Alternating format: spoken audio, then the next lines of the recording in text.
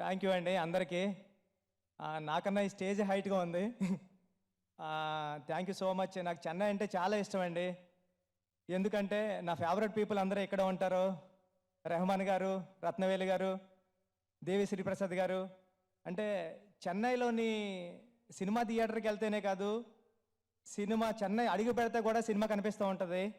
అంత బాగా కనిపిస్తుంది సినిమా మనుషులు అంటే ఇష్టం ఇక్కడ, సినిమా అంటే ఇష్టం ఇక్కడ. మా సీనియర్స్ చెప్పేవారు, మేము చెన్నైలో ఉన్నప్పుడు అలాగాని, చెన్నైలో ఉన్నప్పుడు ఇలాగా, చెన్నైలో ఉన్నప్పుడు అదేం చెప్తూ ఉంటే నాకు అనిపించేది. అంటే చెన్నైలో నేను వచ్చే టైంకి ఇండస్ట్రీ హైదరాబాద్ వచ్చేసింది. ఆ చెన్నై వైపు నాకు తెలుస్తలేదని. నాకు ఉప్పిన టైంలో వర్క్ చేసినప్పుడు దేవి శ్రీప్రసాద్ గారితో కానీ, ఇప్పుడు రెహమాన్ గారితో వర్క్ చేసినప్పుడు కానీ, నేను ఎక్కడికి వెళ్తున్నారంటే ఇంట్లో కూడా చెన్నై వెళ్తున్నానని చెప్పినప్పుడు ఏదో సొంత ఊరు వెళ్తున్నట్టు చెప్పినట్టు ఫీలింగ్ వస్తుంటుంది నాకు. నా ఫేవరెట్ పర్సన్ విజయ్ సేతుపతి గారు కూడా ఇక్కడ ఉన్నారు. నా ఫస్ట్ ఫిల్మ్ చేశారు విజయ్ సేతుపతి గారు. Thank you Vijay sir, me support ఎప్పుడూ ఉంటుంది. చెన్నై ఎప్పుడు వచ్చినప్పుడు కూడా అడుగుతూ ఉంటారు, బుచ్చి ఇంటికి రా అని. Thank you sir. ఇప్పుడు పెద్ది గురించి చెప్పిన, పెద్ది చాలా ఎమోషనల్ డ్రామా అండి. ఇది చాలా అంటే ఎలా ఉంటుందంటే మిమ్మల్ని కట్టి పడేస్తుంది. అంత ఈజీ కాదు. సెకండ్ హాఫ్ చూస్తున్నప్పుడు కూడా చరణ్ సార్ యాక్టింగ్ కానీ, చరణ్ సార్ పెర్ఫార్మెన్స్ చూసినప్పుడు కానీ వదిలి రాలేదు. నేను 15 days నుంచి చెన్నైలోనే ఉన్నాను, ఇక్కడ మెడ్రాస్లోనే. నేను రోజు చూస్తూ ఉన్నాను ఫిల్మ్ ఇది. సేమ్ టైము అక్కడ హైదరాబాద్లో కూడా చూస్తూ ఉన్నారు, షోస్ జరుగుతున్నాయి. క్యూబ్ చూస్తున్నప్పుడు గట్రానే వాళ్ళందరూ కూడా కాల్ చేస్తున్నారు, చాలా మంచి ఫిల్మ్ తీసావు, చాలా బాగుంది ఫిల్మ్ అని. అంటే వాళ్ళు చాలా ఎక్కువ చెప్పారు, నేను అంత ఎక్కువ చెప్తలేదు, చెప్తే మళ్ళీ భయం వేస్తుందని కొంచెం నర్వస్ కూడా ఉంది. Thank you sir.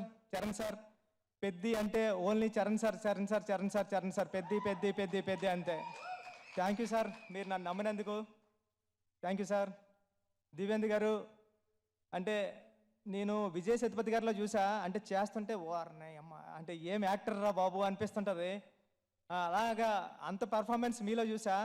Small detailing కూడా చాలా బాగుంటుంది. తెలుగు రాదు కానీ నేను ఆఫ్టర్ దట్ ఇంగ్లీష్లో మీకు ట్రాన్స్లేట్ చేస్తా. థ్యాంక్ యూ, మీరు ఈ ప్రాజెక్ట్లోకి వచ్చినందుకు థ్యాంక్ యూ. రెహమాన్ సార్, నేను మీ గురించి ఒక పుస్తకమే రాస్తాను, అంత ఇష్టం మీరంటే నాకు. ఈ సినిమా ఆర్ఆర్ చూసినప్పుడు కానీ, సాంగ్స్ కానీ చాలా చాలా బాగా చేశారు. చిన్నప్పటి నుంచి మీ మ్యూజిక్కి నేను చాలా పెద్ద ఫ్యాన్ అండి. నాకు మ్యూజిక్ అని పలకడం వచ్చేది కాదు. ఊర్లో ఉన్నప్పుడు మ్యూజిక్ అనేవాడిని. నా ఫ్రెండ్స్ అందరూ నన్ను ఎగతాళి చేసేవారు, నువ్వు మ్యూజిక్ అన్నో రావట్లేదురా నీకని. అలాంటి మీతో నేను వర్క్ చేస్తానని నేను డ్రీమ్లో కూడా ఊహించలేదు సార్. అది జరిగింది దేవుడి దయ వల్ల. Thank you sir, thank you so much. రండి సార్, మీ గురించి అందరూ చెప్తున్నారు, సినిమా జాంపొండ్లో తీశారా రండి సార్ అని, చాలా బాగా తీశారని, ఇంటర్నేషనల్ ఫిల్మ్లో తీశారని చెప్తున్నారు. Thank you sir. నేను రాసుకున్న ప్రతి అక్షరానికి మీరు లైఫ్ ఇచ్చారు. మీరు లేకపోతే ఆ విజువల్ ఎలా ఉంటుందని నేను ఊహించలేను. రేపు పొద్దున్న మీరు అందరూ విట్నెస్ చేద్దరు కానీ థియేటర్లో. Shiva sir, thank you so much. మిమ్మల్ని శివాన్న అని పిలాలని ఉంటుంది నాకు. Thank you Shivanna. మీరు అంటే గురువుగా ఒక గురువు ఎలా ఉండాలో ఈ సినిమాలో ఉంటుంది. నేను మా సుక్కు సార్ గురువుని చూసి రాసుకున్నాను, ఒక గురు శిష్యుల సంబంధం ఎలా ఉండరు ఈ సినిమాకని. Thank you so much sir. Janhvi, చాలా అంటే జాన్వీ కపూర్ ఈ సినిమాలోకి రావడం అన్నది చాలా సూపర్. అంటే ఆ సినిమాకి కలర్ ఆమె.